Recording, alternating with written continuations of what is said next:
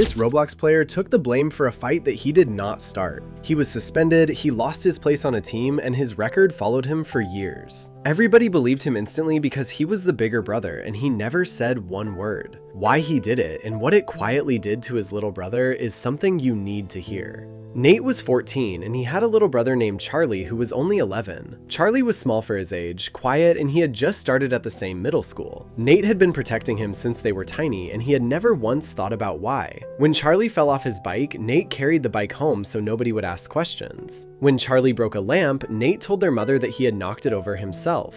Being somebody's hero feels good, right up until the moment it starts costing you something real. Their parents worked long hours, and Nate had grown up believing that Charlie was his job. They played Roblox together almost every night, sharing one screen and one long headset cable. Nate was the loud, confident one, and Charlie was the one who never wanted any attention. Nate was on the school basketball team, and it was the only thing that was truly his. He had worked 2 years for a starting spot, and he had finally earned it that season. That autumn, an older boy named Dylan had started calling Charlie names in the cafeteria. It happened almost every day, and Charlie never told anybody, and he never fought back. Nate knew about it, and he had told Charlie to just walk away and ignore it completely. He would think about that advice for a very long time after everything finally fell apart. Because on a Wednesday in November, Charlie stopped walking away, and everything changed forever. That Wednesday, Dylan grabbed Charlie's tray in the cafeteria and dumped it onto the floor. The whole table laughed, and Charlie stood there with his face burning in front of everyone. And then, for the first time in his life, Charlie shoved somebody as hard as he could. Dylan went backwards over a chair and he landed badly, and his wrist made a sound. A teacher was there in seconds, and the cafeteria went completely silent, and Dylan was crying.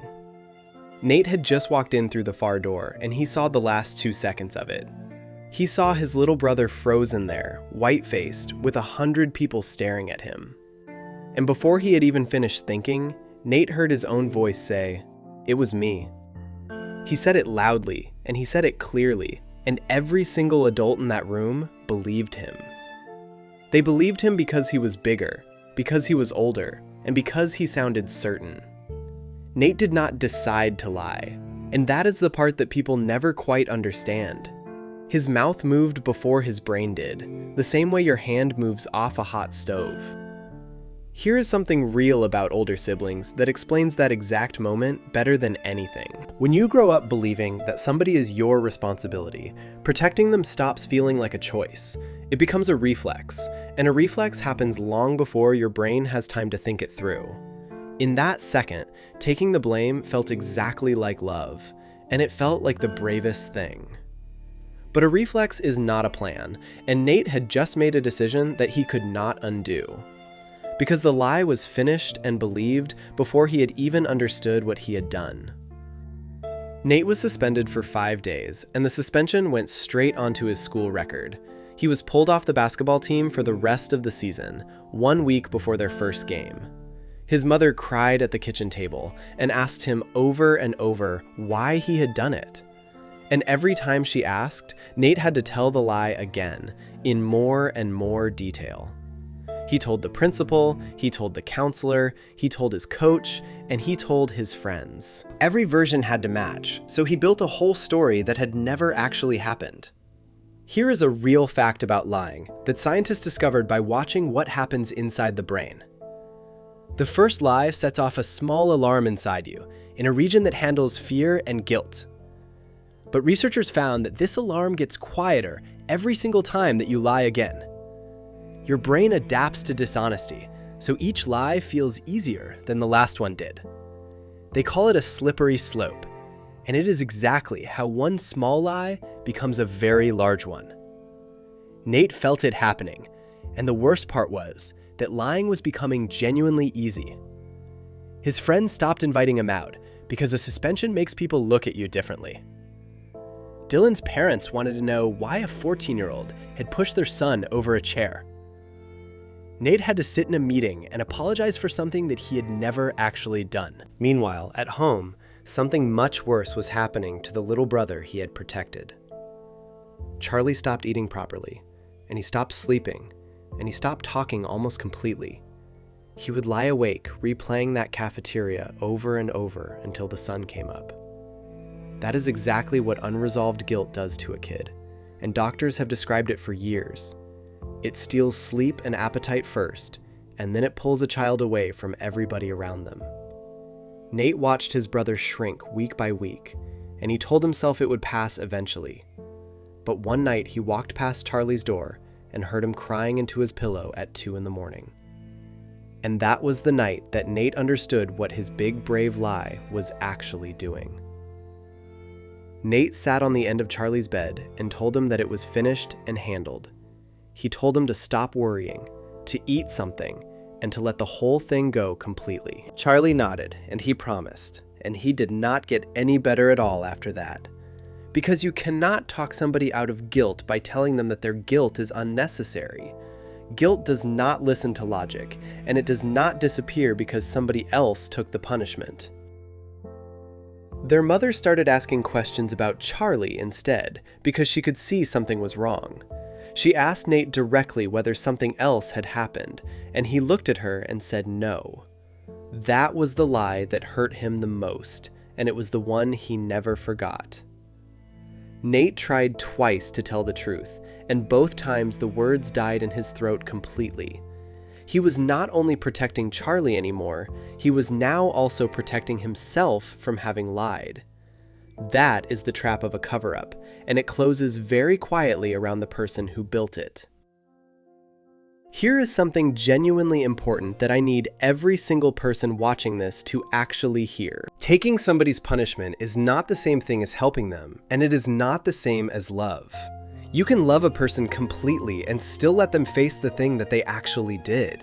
And if you are already inside a lie, the fastest way out is always a trusted adult. Today. Nate did not know any of that yet, and so the two brothers stayed frozen for 3 more weeks. Then, on a Tuesday morning, Charlie got up early, got dressed, and left the house alone. He walked into the school office by himself, and he asked to speak with the principal. Charlie told the principal everything, from the tray on the floor to the shove and the wrist. He told her that his older brother had lied, and that he had let him do it for weeks. And then he said the sentence that Nate has never been able to forget since that day. Charlie said, quietly, "It was easier to be punished than to watch him be punished for me." That single sentence broke something open, because it meant the lie had never actually protected him. Charlie had wanted to confess since the very first hour, and Nate had made it impossible. Every day that Nate carried the blame, telling the truth cost Charlie more, not less. Because confessing would mean that his brother's suspension and his lost season had been for nothing. Guilt is heavier when nobody knows you are carrying it, and it doubles when somebody paid for you. A punishment ends, but a secret does not end at all. It just keeps getting quietly heavier. And here is the part of this whole story that I truly need every one of you to understand. When you take somebody's consequence away, you do not take away what they did. You only take the ending. You leave them alone in the middle of it, with the guilt, and with no way to fix anything.